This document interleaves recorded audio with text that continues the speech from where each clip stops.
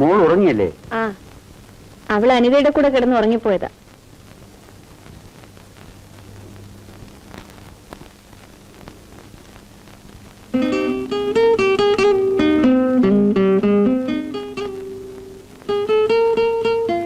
പിന്നെ മണി എത്രയായിരുന്ന വിചാരം? ഉറങ്ങണ്ടേ? ഉറങ്ങിക്കോളൂ. അത് കൊള്ളാം. എന്നാ പിന്നെ എനിക്ക് നേരത്തെ കിടന്ന് ഉറങ്ങരുത്. ചേട്ടൻ വലിയ എഞ്ചിനീയറും കോൺട്രാക്ടറും ഒക്കെയാണ്, സമ്മതിച്ചു. ഇത് മാത്രം മതിയോ? പിന്നെ എന്ത് വേണം? വല്ലപ്പോഴൊക്കെ എന്റെ ഭർത്താവും കൂടെ ആകണം. ഓ അത് ശരി.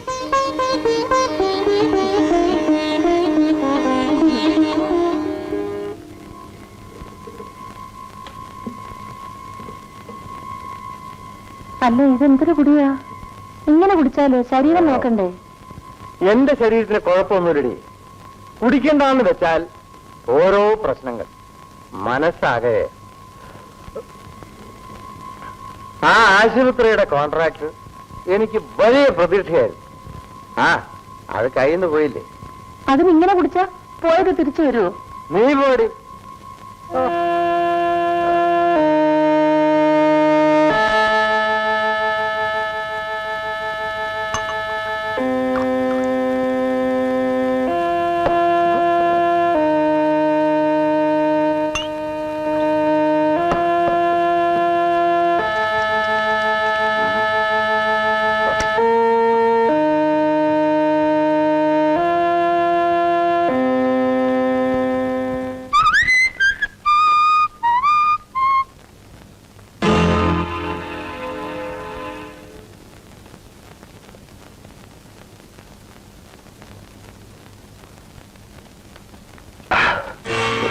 എന്താ നാടാ ഇത്?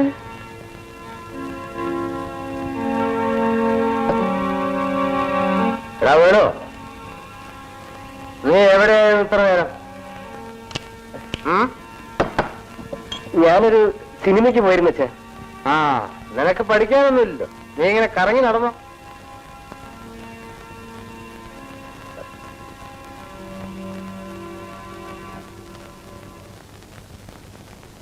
ഇത് കുടിച്ചത് മതി.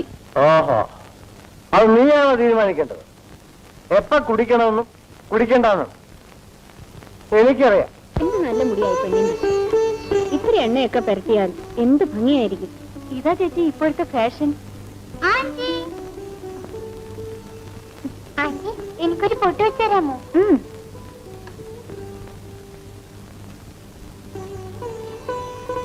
ലക്ഷ്മി, മോള് റെഡിയായില്ലേ? ഞാൻ റെഡി. എന്നും ഡാഡിയാ ലേറ്റ്. നിനക്ക് കുറച്ച് കൂടുന്നുണ്ട്. എന്നെ മമ്മി കുറച്ച് കുറച്ചോളൂ. ചേട്ടാ, ഞാനും വരുന്നു. എന്നെ കൂടെ കോളേജിൽ ഒന്ന് ഡ്രോപ്പ് ചെയ്യൂ. വരൂ.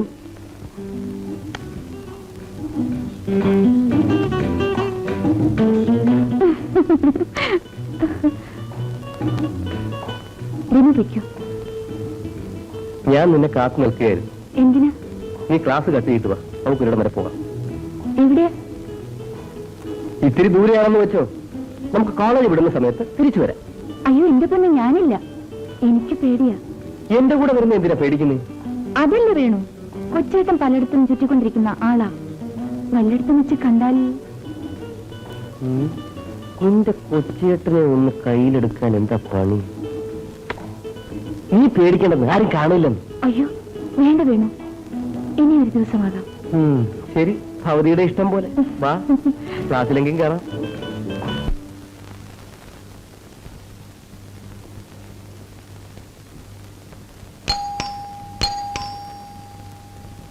Yes, come in. Good morning. Good morning. Take your seat. കഴിക്കാൻ ചായയോ കാപ്പിയോ? ഒന്നും വേണ്ട.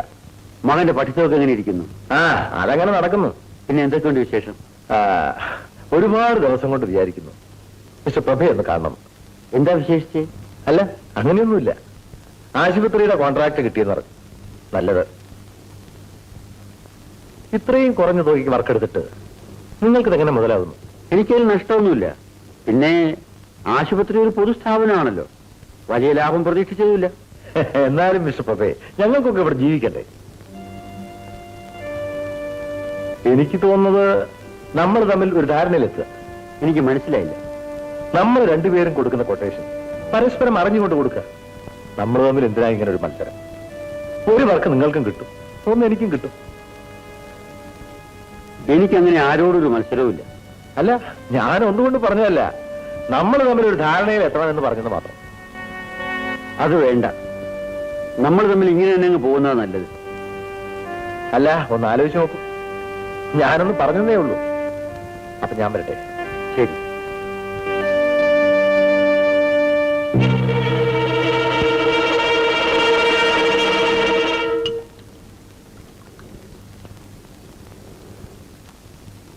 മോനെ പൊന്നമ്മേ, എന്താ സാർ?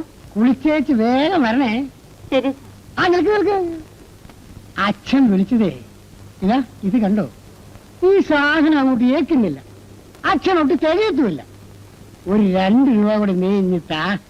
എന്തിനാ ഇങ്ങനെ കുടിക്കുന്നത്? എന്റെ കാശില്ല. കൂലി കിട്ടാൻ ഇനി 3-4 ദിവസം കൂടിയില്ലേ? ഞാൻ പോകുന്നു.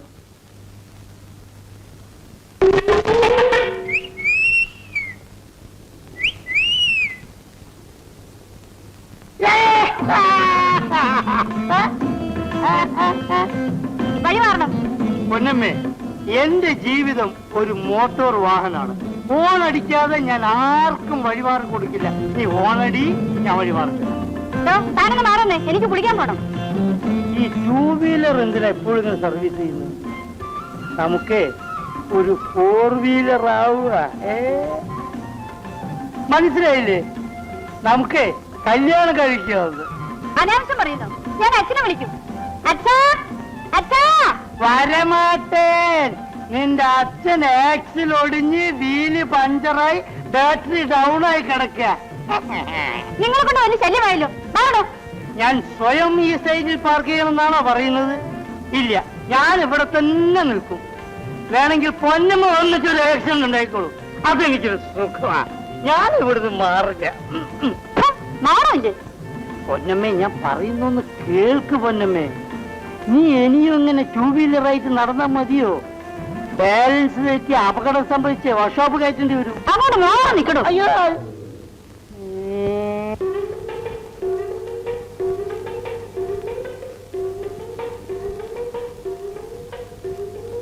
പ്രീമിയർ ബൾബിനി, നിന്നെ എന്റെ വർക്ക്ഷോപ്പിൽ ഞാൻ കയറ്റും.